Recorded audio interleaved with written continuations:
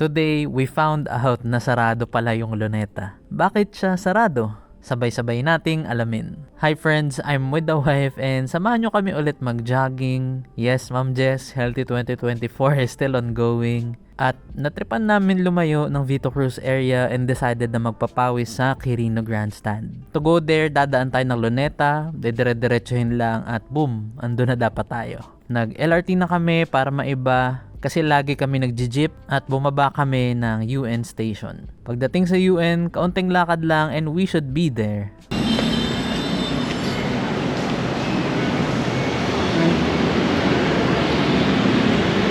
Nagulat ako kasi sarado yung Luneta. Even the Philippine map is missing. Yung Lapu-Lapu statue nawawala. Anong nangyari? Well, apparently this portion of Rizal Park is undergoing major rehabilitation works. Sabi nila the plan is to reconstruct the floorings, roads, benches, fences, the Lapu-Lapu statue, and sabi nila pati yung map. Well, I guess this is for the better. I for sure will miss the old Luneta because I have so many memories there. Nagulat lang ako kasi matagal-tagal din akong hindi nakapunta dito. Lagi ako nag-LRT before and lagi ko siyang nadadaanan. Pero since nag-office na ako, hindi ko na siya masyadong nakita. Kaya hindi din tayo updated sa mga nangyayari. Anyway, we had to find a way na makapunta sa Quirino Grandstand. So doon na lang kami sa side dumaan. I would assume na hindi sarado yung ibang portion ng Luneta. So nilakad namin to see. Magandang warm up na rin to kasi mamaya papaspas tayo ng takbo. We walked for a bit at nakarating na nga kami at andito pala yung mga tao. Sobrang chaotic niya. Ang daming nangyayari. Kaya minabuti naming magmadali papunta sa destination namin. Pero syempre, quick picture muna sa iconic na statue ni Rizal at pagtawid lang nasa grandstand na. I used to jog here ng umaga nung masipag-sipag pa ako.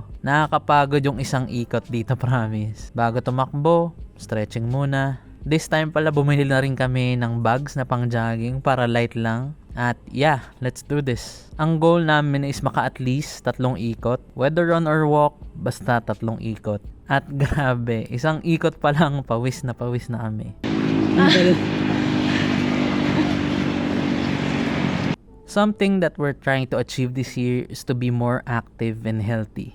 We used to be really sluggish, affecting yung motivation namin to work, to move around, and do some basic house stuff.